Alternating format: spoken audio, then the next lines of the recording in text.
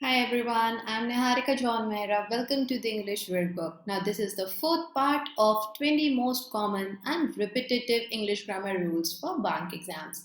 Yes, कुछ ऐसे rules हैं जिसको हम कहीं ना कहीं किसी ना किसी एग्जाम में किसी ना किसी सेट में ज़रूर पाते हैं और ये वही 20 रूल्स हैं जो कि आप लास्ट मोमेंट पर जस्ट एग्जाम के एक दो दिन पहले भी रिवाइज कर सकते हो। दैट्स वाई एक छोटा सा लिस्ट मैंने क्रिएट करा है आप लोगों के लिए। Do not miss out on any of the parts. ना अगर आप फर्स्ट टाइम मेरे चैनल पर आए हो तो सब्सक्राइब कर ले चैनल को, हिट द बेल आइकन और लाइक और शेयर करना ना भूलें।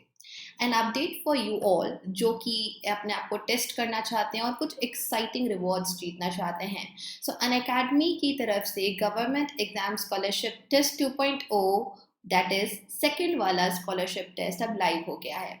26 मार्च को ये है और बैंक एग्जाम कैटेगरी के लिए सुबह 10 बजे होगा, that is Saturday.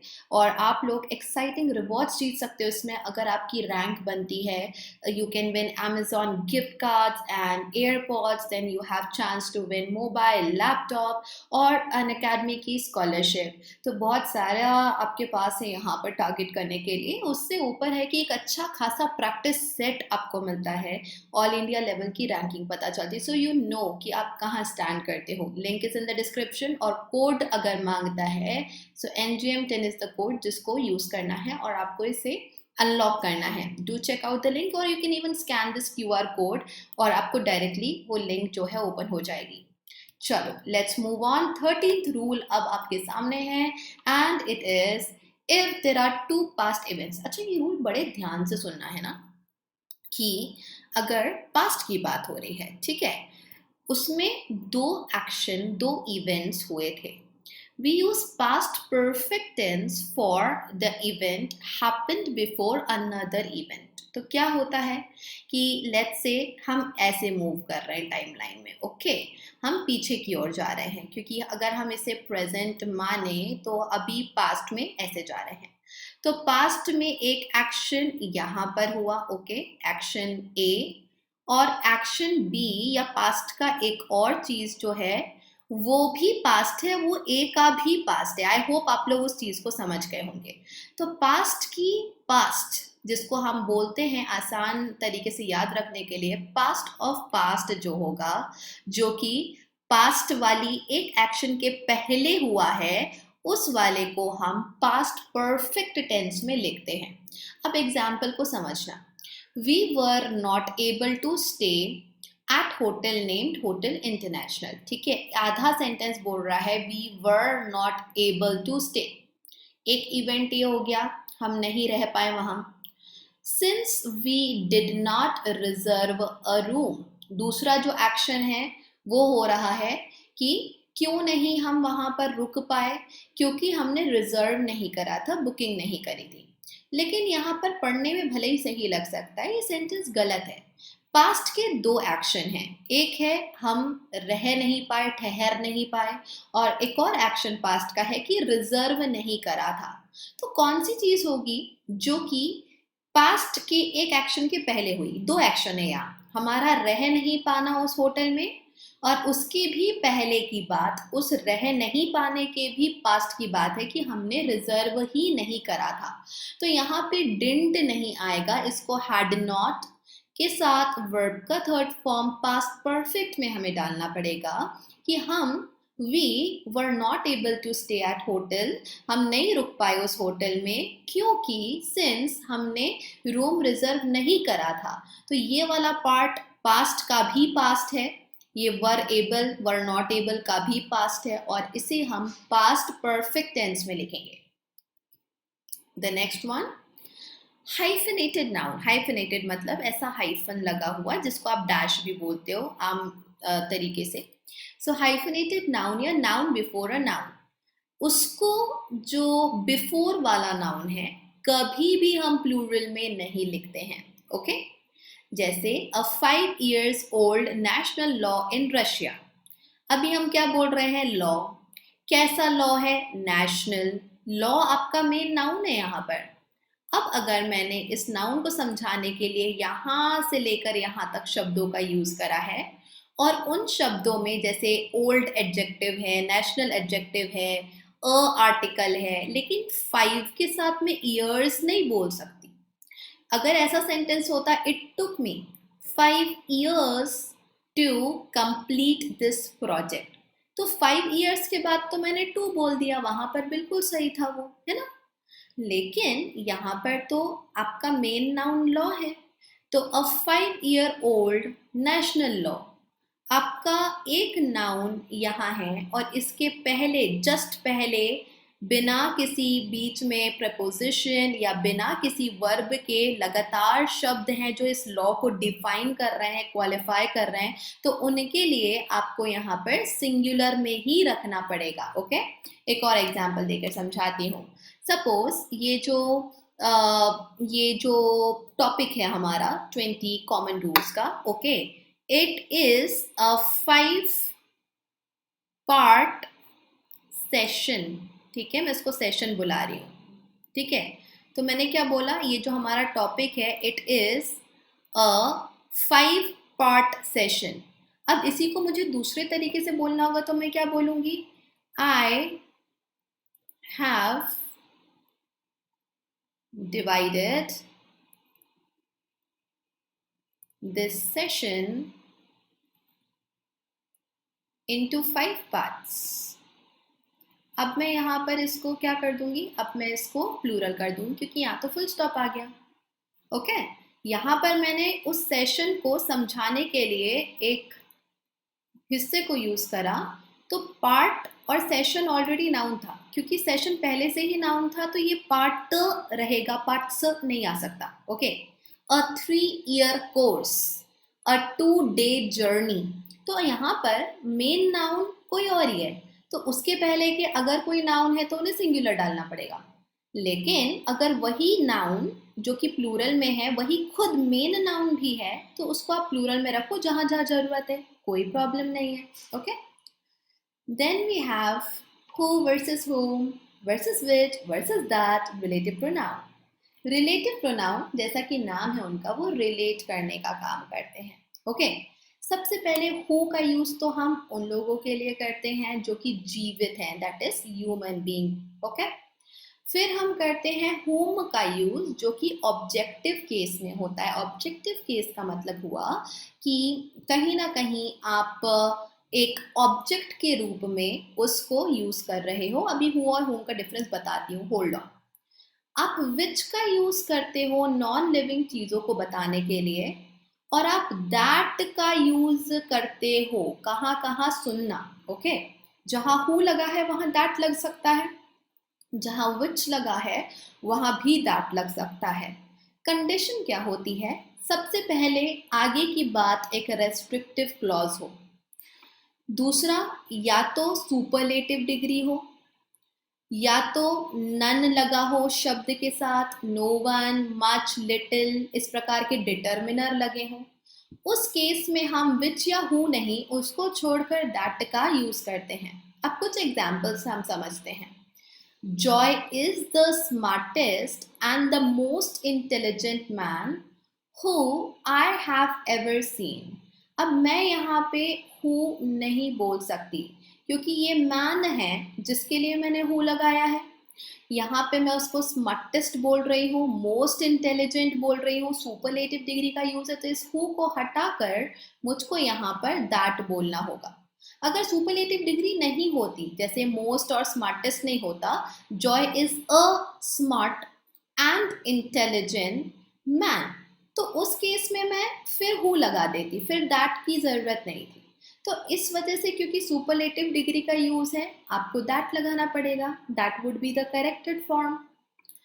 He like the cars that are spacious, ये रेस्ट्रिक्टिव क्लॉज है। दैट इज कि अगर मैं बस इतना बोलती, सोचो, इमेजिन करो, मैंने बस इतना बोली, ही लाइक द कार्स, तो द कार्स तो कौन सी कार्स, कार्स है, उसको पसंद है, लेकिन भाई कैसी कार पसंद है उसको, सेडान मॉडल पसंद है, एक्सयूवी पसंद है। मुझे ज़्यादा तरीके से समझाना नहीं आता कार्स को, बट या I am not a car enthusiast. तो आपको यहाँ पर उस प्रकार की कार्स जिनकी बात हो रही है यहाँ हम समझा रहे हैं, ऐसी कारें जो कि स्पेशियस होती हैं, जो कि जिसमें आराम से पैर फैला के बैठ पाएं। तो उसको उस स्पेसिफिक तरह की कार्स पसंद है। तो अगर मैं ये हिस्सा हटा देती यहाँ से, तो ये एक ऐसा अधूरा सेंटेंस हो जाता जो कि क्लैरिटी किसी को नहीं दे पाता, भैया कार्स पसंद है और द कार्स तो कैसी हैं। तो उस वजह से मैं यहाँ पर विच का यूज नहीं कर रही हूँ, विच का यूज यहाँ नहीं हो सकता, यहाँ पर आपको दैट का ही यूज करना पड़ेगा। आप विच नॉर्मली लगाओगे, for example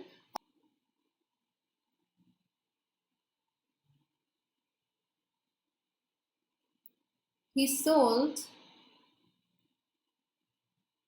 his car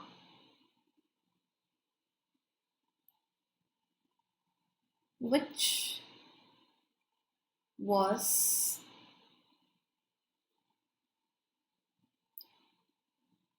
5 year old। Okay, अब मेन बात है भैया कि उसने कार बेच दी। ये कार कैसी थी? ये कार उस व्यक्ति की थी। आपको बताना है 5 साल पुरानी है, बताओ, नहीं बताना है तो भी मेन बात तो कन्वे हो गई कि अब उसकी कार बिक चुकी है। तो ये तो एडिशनल इंफॉर्मेशन है। एडिशनल इंफॉर्मेशन में आप विच का यूज, क्योंकि कार एक नॉन लिविंग थिंग है, तो विच का यूज आराम से कर सकते हो। ओके, सो इसको और डेप्थ में पढ़ना है तो मेरा प्रोनाउन पर, रिलेटिव प्रोनाउन पर जो मैंने सेपरेट वीडियो बनाया है, आप उसे जरूर चेक करिएगा। एक बार फटाफट होम ले लेती हूँ। जब आप होम का यूज करते हो, ओके, तो आपको होम के पीछे वर्ब नहीं, जैसे यहाँ पर हम देखते हैं कि इधर तो दैट आ गया था, ओके, लेकिन हु जहां लगता है अक्सर उसके पीछे वर्ब चलता है। जैसे आई met a man who is from France। okay, let's write Paris। okay, तो यहाँ पे who आया क्योंकि हम who is जो है, I met a man, यही मैन जो कि पेरिस से है। whom कैसे होगा? Okay, I met a man whom I helped a year back without knowing his name। तो यहाँ पर whom के बाद आप नया सेंटेंस क्रिएट कर रहे हो, एक्यूसेटिव केस है। बस इस whom को हटा के इमेजिनरी आंसर सोचो। I helped him a year back। Okay, तो him की बात आई, अगर आपने ये whom को आंसर के रूप में लिया तो आपने him बोला, him ऑब्जेक्टिव केस है, तो यहाँ पर whom बिल्कुल सही है। अगर यहाँ पर अगर आप who को हटाते, I met a man, he is from Paris। Okay, अगर मैं टुकड़े में ब्रेक कर देती तो he is from Paris बोलती, उस वजह से जो he वर्ड होता वो तो नॉमिनेटिव केस है, सब्जेक्टिव केस है, तो यहाँ पर who आएगा। इस तरीके से आप who या whom को चेक भी कर सकते हो before marking your answer. Then we have until versus unless। भाई दोनों ही जो है कंडीशन बताते हैं, लेकिन आपको इनका डिफरेंस समझ में आना चाहिए। ओके, दोनों कंजंक्शंस हैं, दोनों नेगेटिव सेंस में यूज होते हैं। ओके, तो आपको इनके साथ में पहली चीज तो नॉट शब्द का यूज नहीं करना है। देखो until और unless अपने आप में नॉट का कॉन्टेक्स्ट लेकर चलते हैं। until समय रिलेटेड कंडीशन में बताता है बातों को, और unless नॉर्मल कंडीशन में बताता है बातों को। So the woodman steered the fire, ये फायर को स्टीयर करता रहा वुडमैन, until कब तक, समय वाइज कब तक, until the flames didn't leap high, शायद 10 मिनट तक, 15 मिनट तक। तो हम यहाँ पर until का यूज कर रहे हैं। until के साथ जो पोर्शन लगा हुआ है सेंटेंस का, उसमें अलग से नॉट नहीं चाहिए हमको। The woodman steered the fire, कब तक, शायद 10 मिनट तक। until the flames leaped high, आप इसको पास्ट में didn't और वर्ब का फर्स्ट फॉर्म था, तो ये आपको एक्टिव में मिलता है। और यहाँ पर क्योंकि डिड और V1 की गलती थी, पास्ट टेंस की, सिंपल पास्ट टेंस की, करेक्शन भी आपको सिंपल पास्ट टेंस में ही करना होता है, एंड इसको हम बोलेंगे लीप्ड हाई। ओके, अगर कोई अनलेस की सिचुएशन होगी, unless you do your homework, unless you do your homework, जब तक आप होमवर्क नहीं करोगे, ये कंडीशन है, ओके। आई